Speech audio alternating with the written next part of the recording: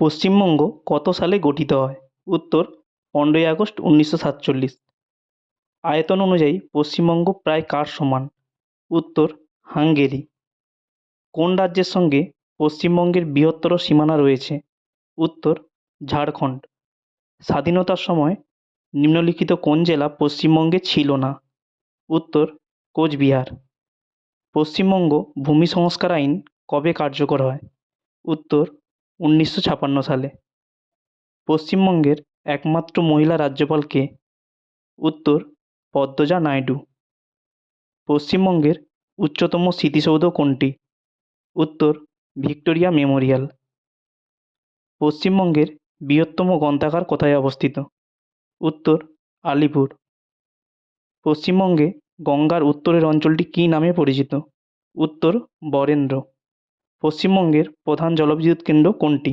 Uttar Sidrapong.